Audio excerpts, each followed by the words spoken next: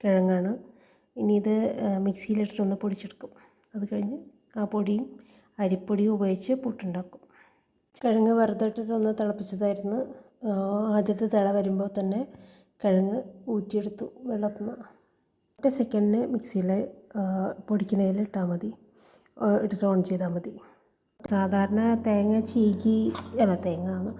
സാധാരണ കിഴങ്ങ് ചീകി അതിലെ വെള്ളം ഊറ്റിക്കളഞ്ഞ് അതായത് പിഴിഞ്ഞ് കളഞ്ഞിട്ടാണ് സാധാരണ കൊള്ളി കൊണ്ട് പുട്ടുണ്ടാക്കുക, കൊള്ളിയും അരിപ്പൊടിയും ചേർത്തിട്ട്. ഇതിപ്പോൾ അതൊന്നും വേണ്ട, നമുക്കിത് ഉടച്ചൊടിച്ച് കൊടുത്താൽ മതി. കട്ടൊക്കെ മിക്സിയിലിട്ട് ഒരു പ്രാവശ്യം ഒരു സെക്കൻഡിന് പൊടിച്ചാൽ കട്ടൊക്കെ ഉടഞ്ഞ് കിട്ടും. പൊടിക്കുന്നതിന് മുന്നേ ഒരു തരി ഉപ്പ് ഇട്ട വെള്ളം തെളിച്ച് കൊടുക്കണം. ഇപ്പോൾ പുട്ടും പൊടി റെഡി ആയിട്ടുണ്ട്. നല്ല സോഫ്റ്റ് പുട്ട് കിട്ടും തോന്നുന്നു. പുട്ട് ഉണ്ടാക്കുന്നത് വളരെ സിമ്പിളാണ്. ഇങ്ങനത്തെ ഒരു പുട്ടും കൊണ്ടെടുക്കുക, അതിൽ കുറച്ച് വെള്ളം നിറക്കുക. വെള്ളം നിറക്കുമ്പോൾ ശ്രദ്ധിക്കേണ്ടതെന്ന് വെച്ചാൽ ഇവിടെ വരെ നിറക്കരുത്, എന്നിട്ട് താഴെയായിട്ട് നിറച്ച് വയ്ക്കുക. ഇത് പുട്ടിൻ്റെ എന്താ പറയുക, പുട്ടുണ്ടാക്കുന്ന ഒരു കുഴൽ. അപ്പോൾ അതിലൊരു ചില്ലുണ്ട്, അതിൽ കൂടെയാണ് സ്റ്റീം അകത്തേക്ക് കയറി വരിക. ഈ ചിരകി വെച്ച തേങ്ങയിൽ നിന്ന് നമ്മൾ ഇതിനകത്തേക്ക് ഇട്ട് കൊടുക്കും കുറച്ച്. എന്നിട്ട് പിന്നെ അതിൻ്റെ പുട്ടുപൊടി നനച്ചത് ഇട്ട് കൊടുക്കും. അങ്ങനെ ലെയറായിട്ട് ഇട്ട് കൊടുത്തിട്ട് 2-3 കഷ്ണം പുട്ട് നമ്മൾ ഉണ്ടാക്കും.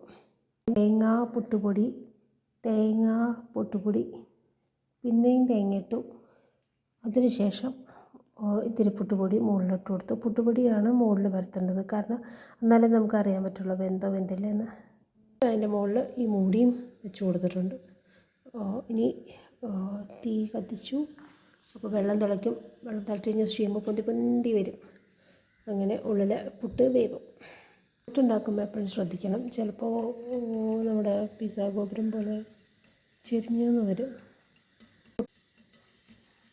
ഈ ഓട്ടയിൽ കൂടെ ആവി വരും. അപ്പോൾ ആവി വന്ന് 2 സെക്കൻഡും കൂടെ ആവി വന്നോട്ടെന്ന് വിചാരിക്കുക. അത് കഴിഞ്ഞാൽ പുട്ട് നന്നായി വെന്തിട്ടുണ്ടാവും.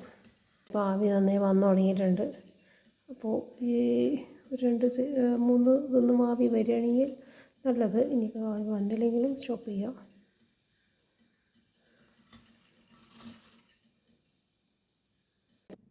നല്ല സോഫ്റ്റ് പുട്ട് കിട്ടിയിട്ടുണ്ട്.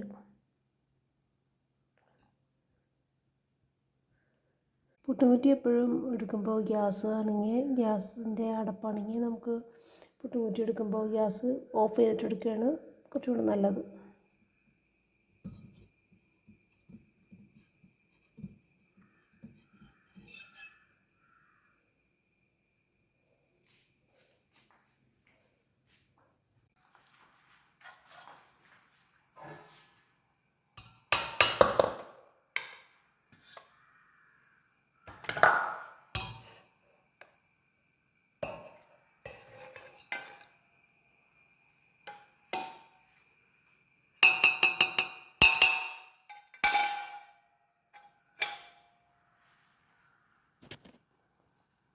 അങ്ങനെ കിഴങ്ങും അരിപ്പൊടിയും ഉപയോഗിച്ച് പുട്ട് തയ്യാറാക്കിയിരിക്കുന്നു.